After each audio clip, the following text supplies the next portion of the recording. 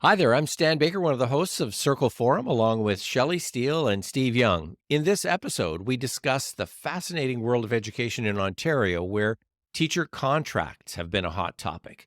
We're diving deep into the impact of not having a teacher contract on school dynamics.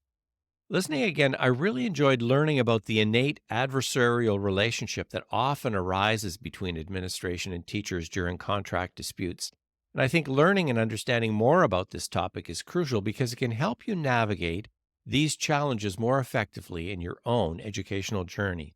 If you're currently facing the challenges of an unsettled contract situation, then this episode is for you because it can help you gain insights into the dynamics at play and provide strategies to nurture positive relationships. Some of the main topics we'll be covering include the impact of contract disputes on relationships within schools, the role of communication and understanding during uncertain times, and strategies to navigate adversity and maintain a sense of community. At the end of this episode, be sure to visit our website, www.restorative.ca, where you can find lots of free restorative resources. And if you enjoy this episode, be sure to subscribe on YouTube. Now let's head over to this discussion with Shelley, Steve, and me, Stan.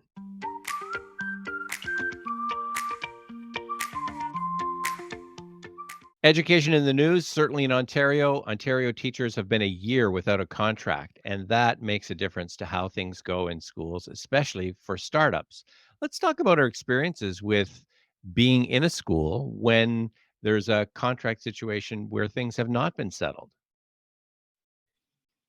I've been on both sides of the fence. As a teacher, I remember being out on strike actually and work to rule. And then as an administrator, being on the other side as my teachers were out, and all workers at that point. So when the teachers are on work to rule or strike, it changes the dynamic of the relationship between the adults in the building to each other and the adults in the building to the staff, to the students, and to the parents. Yeah, there's an innate adversarial relationship that's almost automatically set up, isn't there, between administration or management and teachers? Even if people don't want that to happen, it just goes along with that process. And that really speaks to the power of the relationships that need to be nurtured as we go along for when times do get tough like that. But these are the same people we knew last week when we weren't in this kind of adversarial situation. And I think this is a good time to focus on a fair process because if the rules of engagement have changed, then I think it's important to make sure that everybody understands, look, this is the reason that we have to do things this way now without any extracurricular activities or with work to rule or with a strike, whatever it happens to be, explaining the changes in the rule by engaging people in conversations and saying, look, here are the rules that we have to play by. This is a province wide situation. If we run into problems, let's decide here's how we're going to work on things at our school. Keeping in mind that we have to follow the rules that the unions are setting in place, that the administration is setting in place, but it really puts a strain on the adult relationships in the building. And what kind of an impact does that have on the kids? You're right. Between the adults in the building, there in any union, there's people that are we call them union people who live and breathe by the rules of the union, and those who disagree with the rules of the union and struggle following those rules, and sometimes don't always follow the rules, and that causes a rift between the adults. And when you got kids at home, when mom and dad are fighting, the kids realize it and they know what's going on. It's the same with the adults in the school. If they're not getting along, if they're disagreeing and they're having problems, most are professionals, they keep it out of the classroom, but the kids are pretty wise. They perceive that something is going on. And honestly, between the two forms of job action, work to rule or strike, work to rule is many times worse in terms of keeping relationships positive and flowing because people struggle with those rules. And an edict will come down from someplace saying you can only do this or this, and teachers are never quite sure. Does that mean I can, if I have to call a parent, I can't call them on my own time because that's against the rules, but when do I call them? So there's all this interpretation going on, and it does lead to less communication. There's no question. In a work to rule situation, there's a lot less communication between school and home, and even with the kids. Like kids will say, "Can I stay in and do some work?" No, you can't, because I can't be here to watch you. It's against the rules for me to sit in the classroom and supervise you.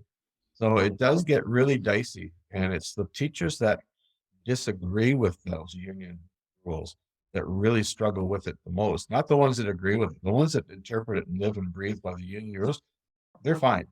I think going back to what Stan has said about fair process, when you think about what Steve has just said, again, the reduced communication, misinterpretation, all those pieces. And if the adults are struggling with that, you can imagine what the kids, and then the layer away from that, the parents, if they're not receiving as clear information as they can have, how that really impacts the relationship. So going back to that, and again, a fair process says we may not have all the information, we may not get what we want, but we know we can get what we need as far as information, and we can give voice to it as well.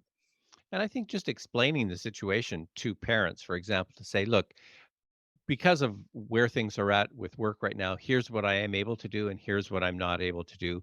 I hope that you understand this isn't something that's long term, but here are the rules that we have to communicate by right now. These are the changes. And yeah, it makes it challenging. So the focus on relationships, I think, makes it even more important to have good relationships with the adults in the building during times where it's a bit more stressful. If you think about the most stressful time we've had in the last 5 years, it's the COVID experience and what that did to us as individuals and what that did to us on staff.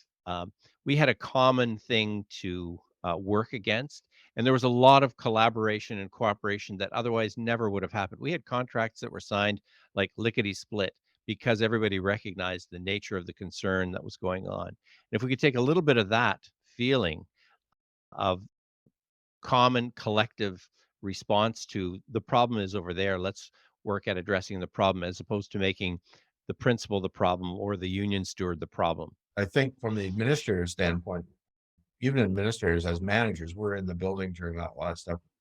We struggled too, because we're not sure of the rules and what we can do and when we can communicate. It's a really stressful time, as you say, Stan. And as I said before, the kids see it, they feel it, and they know it. And for a large part of those kids, when teachers are work to rule, there's no teams, there's no clubs, there's no extracurriculars. I'm not coming to school. It's not as exciting as it was. There's nothing there for me. And it does affect attendance. There's no question.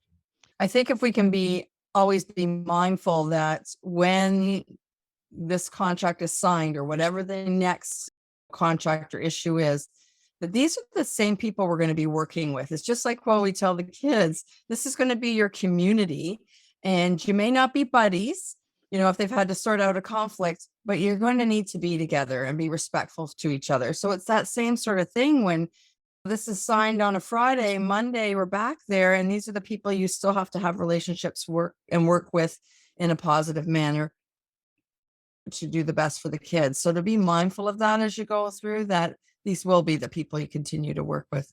I like that word mindful and intentional, that you're intentional about making sure these relationships stay positive within the new rules, whatever those new rules happen to be, while you're in this time of uncertainty and collective bargaining.